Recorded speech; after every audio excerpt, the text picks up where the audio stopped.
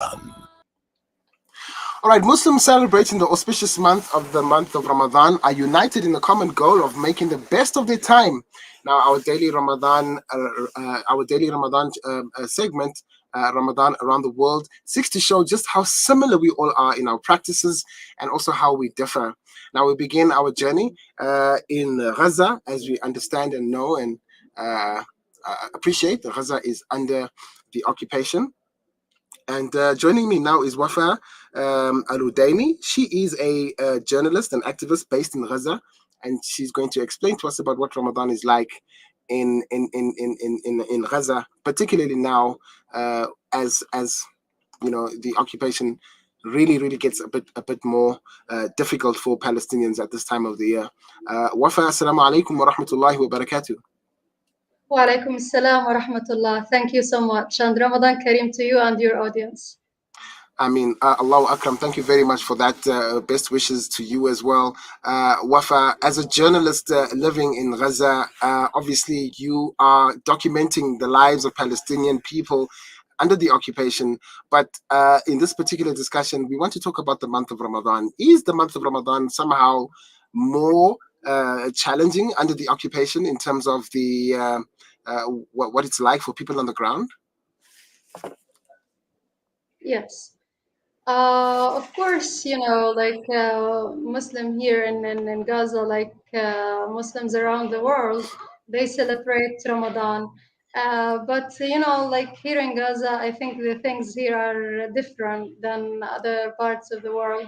And despite the Israeli blockade imposed in Gaza since nearly 15 years so far, by the Israeli occupation, and despite the draconian Israeli measures against Gaza, youth Gazans here and Palestinians here in Gaza determined to celebrate Ramadan rituals. So they decorate their houses, they decorate their shops, the streets, and everything here around. Mm-hmm. So, for example, you can see lights and Ramadan lanterns everywhere. And, Mm-hmm. and even when we are talking about the Israeli seizure in Gaza, so many things are missing here from the Gaza markets. For example, there is a machine called a laser machine. They use it to manufacture Ramadan lanterns. But because we don't have this machine, and Israel prevent this machine from entering the besieged Gaza Strip, so people here, they only use routers available here in the coastal enclave in order to manufacture Ramadan lanterns.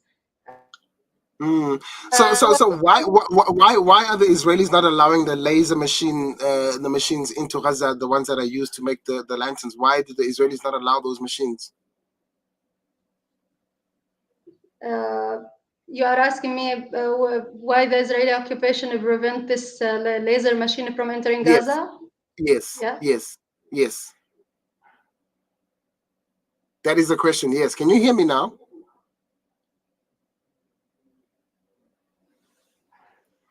Okay. Yes. Okay, Wafa, are you able to hear me now? Yes. Okay. I hear you Yes. now. Yes. Please go ahead. I said you mentioned that every year Palestinians like to make those lanterns, to for the spirit of Ramadan. But this year the Israeli authorities are not allowing those machines, the laser machines, to make those. Why do they target those machines? Is there something about those machines that the Israelis are saying is wrong? Actually, but just to correct something, actually, this is not a new thing. The Mm, laser machine and so many machines are prevented from entering Gaza since nearly 15 years so far. But people here are challenging the Israeli measures and the Israeli occupation. So they use different routers, different things in order to keep going in this life. mm-hmm, So yeah, and indeed, I don't know, like the Israeli occupation, they try to justify their prevention from to these machines by mm-hmm. saying that the resistance may use it in something. But this is not true, because as you know that even inside the hospitals, there are so many machines inside the hospitals.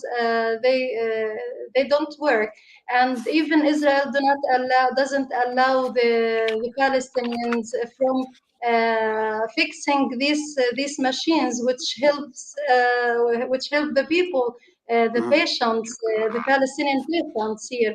So many of the surgeries are stopped because of these machines are not working anymore, and Mm-hmm. Israel prevent this machine from fixing. Israel prevents these machines from getting from being fixed outside Gaza.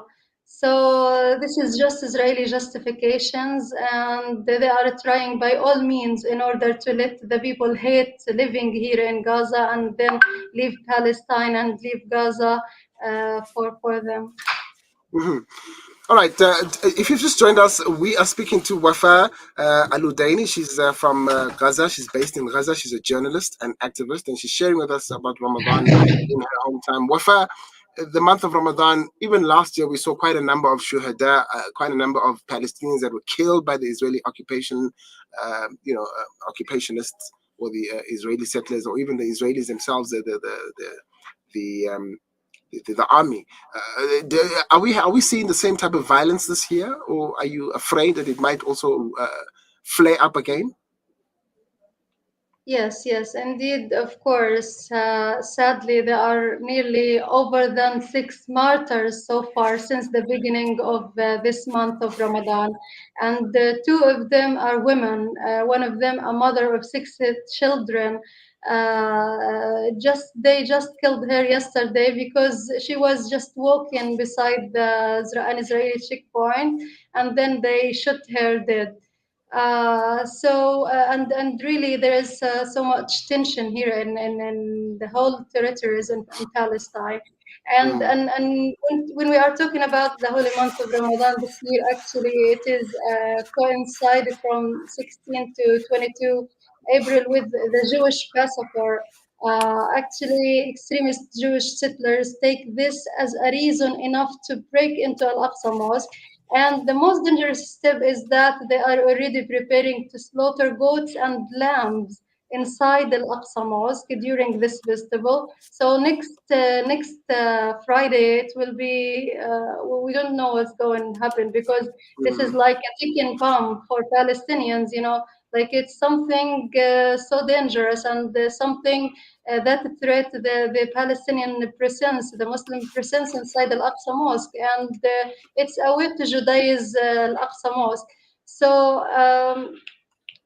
so Palestinians are trying to keep worshipping inside Al-Aqsa Mosque to protect it from the occupation. And the occupation authorities actually try by all means to impose their authority on the mosque and try to let the Israeli settlers from to break or to storm Al-Aqsa Mosque and to mhm, slaughter and to, as they call it, they sacrifice offerings for God, as they say. But for sure, Palestinians will not allow this thing, and maybe there will be tension will erupt after this thing. mhm, So we are just witnessing very sensitive days. And indeed, in the whole West Bank, there is the Israeli occupation are invading, or they invade several towns and several cities here. I mean, there in the West Bank, and so many got injured, like dozens got injured. So, like, how, I mean, tens also got. There is a massive campaign of arrest among mhm, Palestinians. They just mhm, storm their homes and then they just arrest so many of family mhm, members. mhm. Yes. Wafa, these are very difficult conditions under which people are going to have to fast. I mean, not just fast, but just live.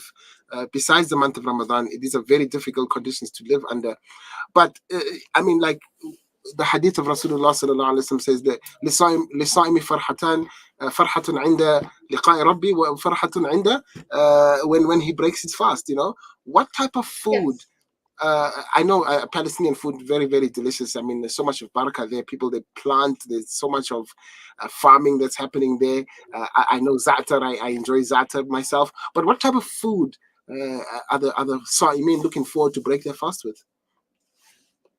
Mhm. Yeah, of course. There are so many like traditional Palestinian dishes. I mean, Hmm. like magluba. But first, we just break our fast with date and Uh-huh. water, and some use some drink milks instead of water, and soup. After that, we just have the Palestinian traditional dishes like magluba, like okra, like mlokhia, and other Palestinian dishes.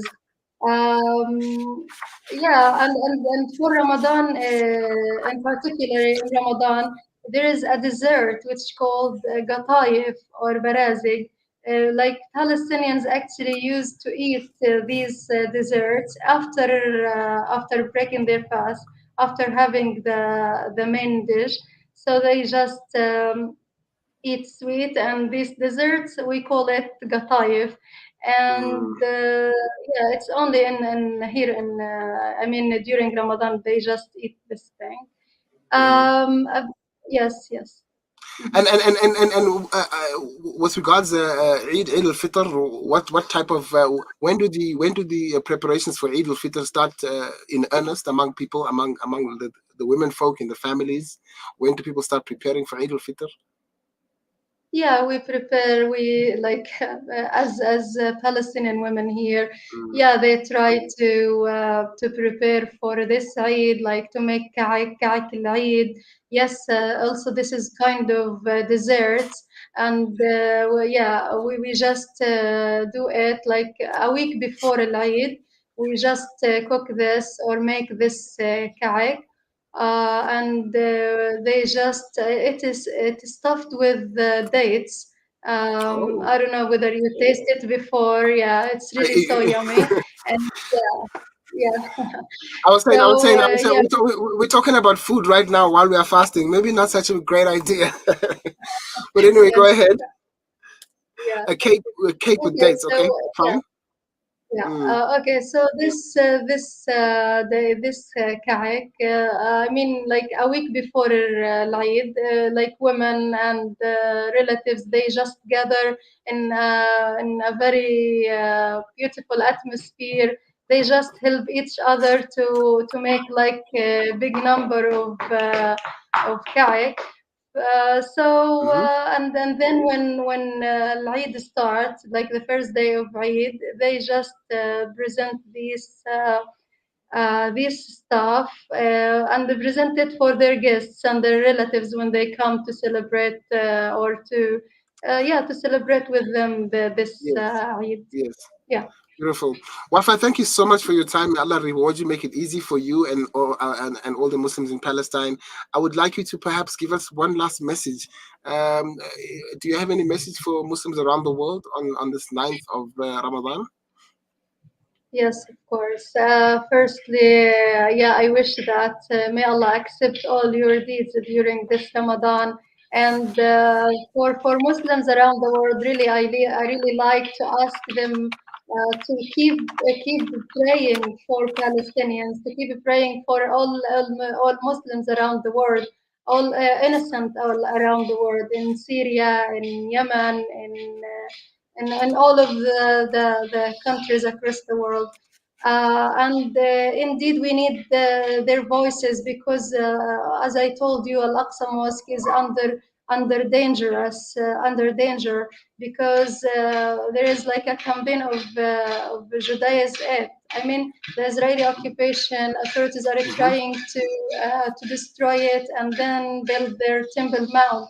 So we need everybody's voice, like to keep speaking up for the Palestinians, to keep speaking up for the whole world that Israel is just committing crimes against Palestinians here in Palestine and against Muslims in particular here there in Al-Aqsa Mosque. So may Allah keep Al-Aqsa Mosque and keep Muslims around the world to save it from all of the conspiracy by the occupation. I mean, Ya Rab. Jazakallah khair, Sister Wafa. That was beautiful, beautiful talking to you. Thank you for, informing us about what Ramadan is like. Very, very difficult, I know. And, you talked about the ladies that were killed yesterday by the Palestinian occupiers. Very, very heartbreaking. But, the amount of strength and determination that the Palestinians have, you are so inspirational. Everybody around the world is inspired by your struggle. Jazakallah khair. Wassalamu alaikum wa rahmatullah. Walaikum assalam. My pleasure. Thank you. Thank you. That was Wafaa AlUdaini, and she's talking to us there from Gaza, talking to us about what a typical Ramadan is like. And of course, this Ramadan, it has been quite difficult. Yesterday, Israeli soldiers shot and killed 2 Palestinian women as troops responded to Prime Minister Naftali Bennett's call for them to go on the offensive. The first victim, 45-year-old unarmed Palestinian woman in the town of Hussan, west of Beitul Laham in the southern West Bank. According to eyewitnesses, Israeli soldiers at a checkpoint at the eastern entrance of Hussan shot Ghadir Shabitin, a widow and a mother of 6. She reportedly crossed the street after one of the soldiers asked her to stop, but one of the soldiers shot her twice, although she reportedly posed no danger to them. And that's horrible news that we woke up to this morning. And of course, that is Palestine, or at least Ramadan in Palestine, and the difficulties that they are undergoing. Bringing our time to 4 minutes to 5 p.m. Central African time. This is the Iftar Drive on Salam Media. We're coming back, inshallah, after the break. We continue with Palestine Ramadan Radio. Stay tuned.